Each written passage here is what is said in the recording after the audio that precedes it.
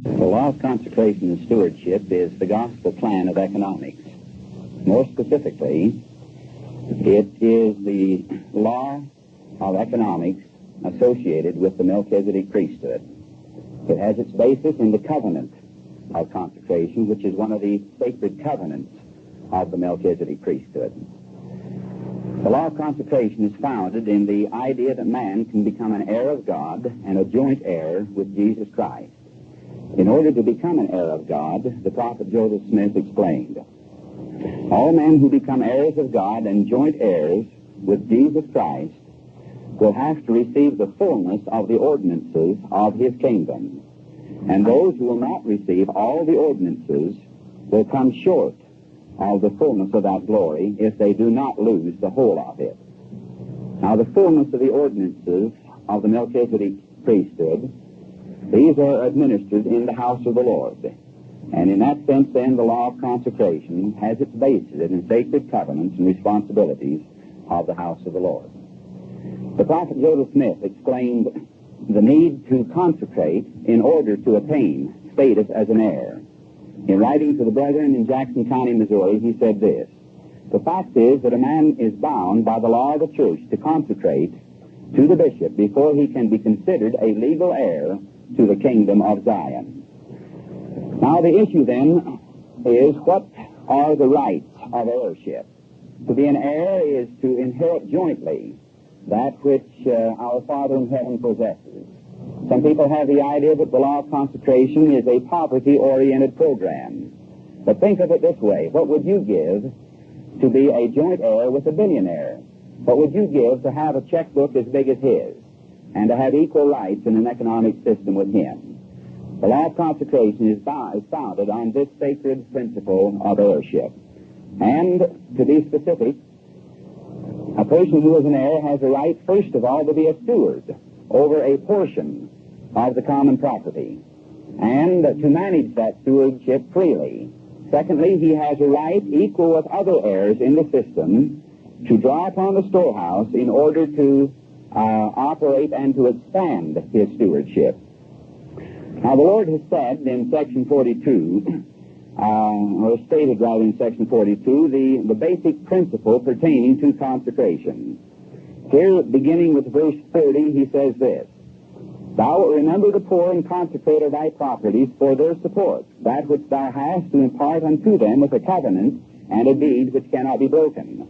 And inasmuch as ye impart of your substance unto the poor, you will do it unto me, and they shall be laid before the bishop of my church and his counselors. This same law is expressed in the Book of Mormon. For example, as Alma, after baptizing the people at the waters of Mormon, organized them, he also gave to them the law of consecration.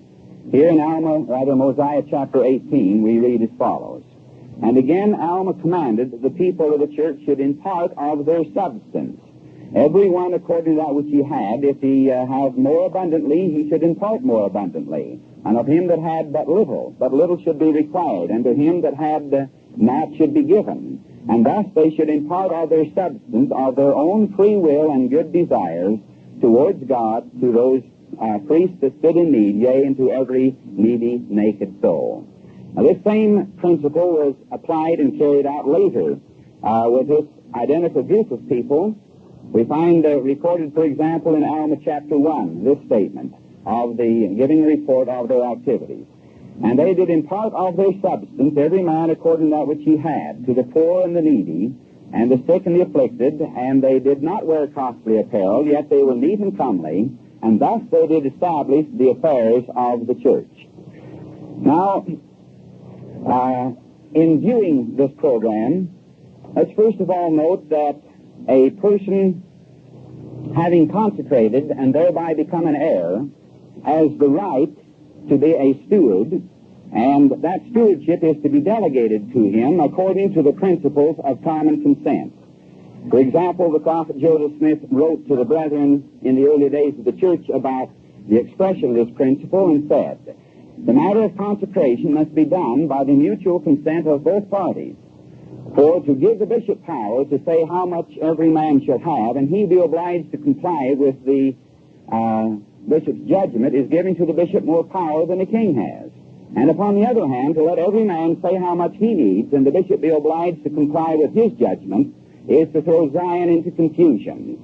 He then goes on to show that there must be a balance or equilibrium of power between the bishop and the steward, and that in this program mutual consent and consideration should be given. But in the event that the bishop and the prospective steward cannot come to a mutual agreement, then the decision is not to be made either by the bishop or by the steward, but rather instead by an independent body of 12 high priests, presumably the High Council, since this statement was written before the High Council was organized. Now, when the person has received his stewardship, he then is a free agent and a responsible agent in the management of his stewardship. And here, in explaining this phase of the program, the Lord has said in section 42 of the Doctrine and Covenants, "Thou shalt stand in the place of thy stewardship."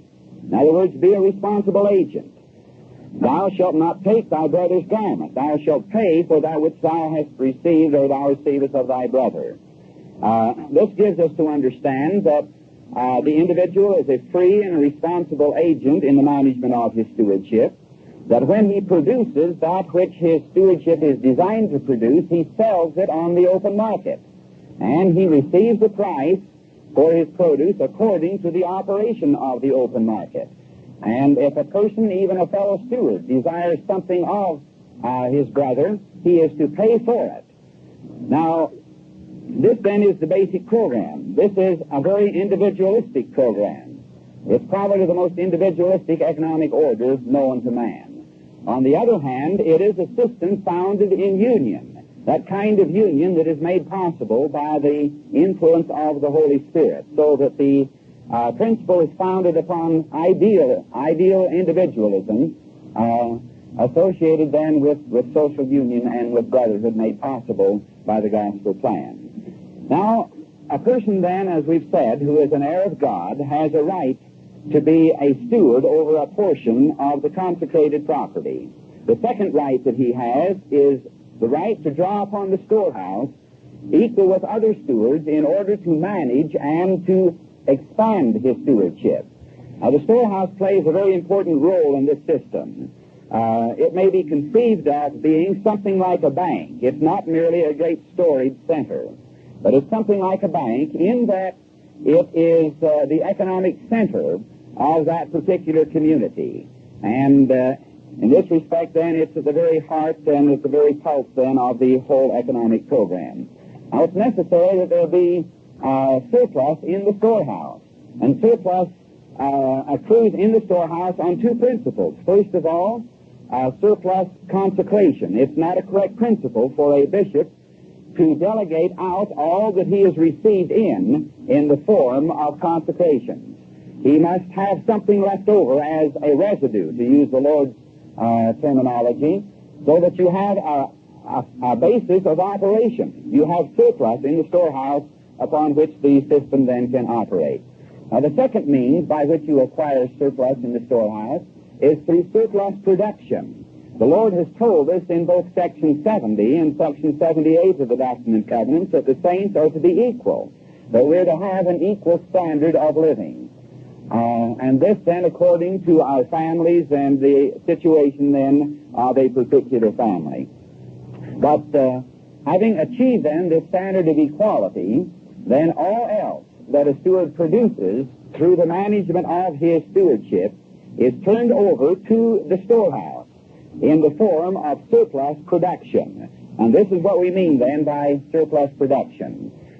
Now, there is then a surplus, and each steward in the system has an equal right with every other steward to draw upon that particular surplus in order to manage the concerns of his stewardship. For example, if we keep from the stewardship that we have, that which is necessary to sustain our family, according to a particular standard that has been agreed upon and mutually consented to, and then we turn all else over to the storehouse, then the question may be asked, what do we operate our stewardship on the next year? And the answer is that which you keep out for your family, you use for family purposes.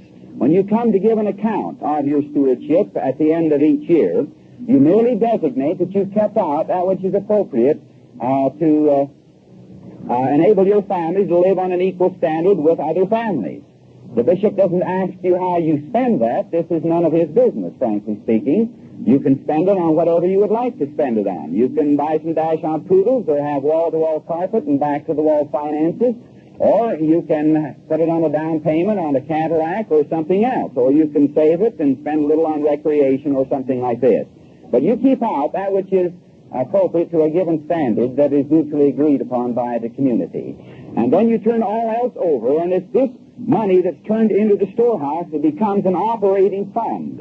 And of the fact that men who are stewards have equal right upon this fact is very well expressed in the Doctrine and Covenants. For example, in section 82, the Lord has made this clarification.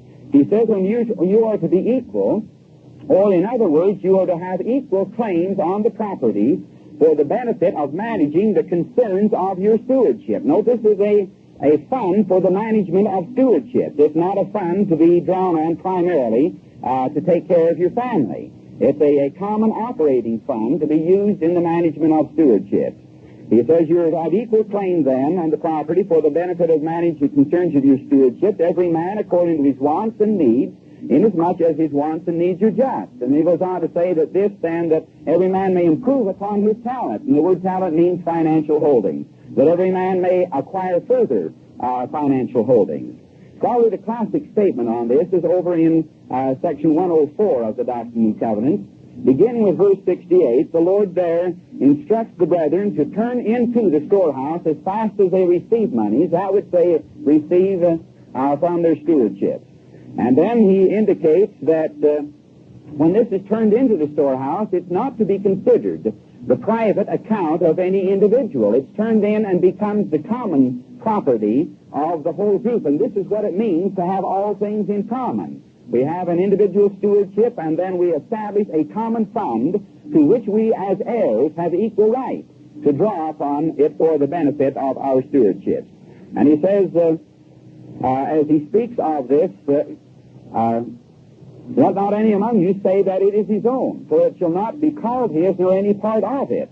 And there shall not any part of it be used or taken out of the storehouse, only according to the common needs of the individual and by common consent. And then he tells us how this is done, and that is that I mutually consent to another steward taking out that which he would like, and he mutually consents to me doing this. Now, this is the kind of program that was established in the Book of Mormon. For example, here in Alma chapter 1, where we quoted the previous statement concerning it being established, they speak of the great benefits of this particular program. And beginning with verse 29 and 30, the record has this then to say concerning the benefits of that program. And now, because of the studies from the church, they began to be exceedingly rich, having abundance of all things whatsoever they stood in need. And then it concludes with this statement in verse 31, and thus they did prosper and become far more wealthy than those who did not belong to their church.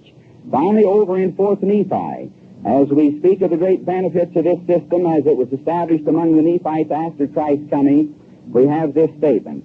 It came to pass in the 36th year, the people were all converted unto the Lord upon the face of the land, both Nephites and Lamanites. And there were no contentions and disputations among them, and every man did deal justly one with another, and they had all things common among them. Therefore there were no rich and poor, bond or free, but they were all made free and partakers of the heavenly gift.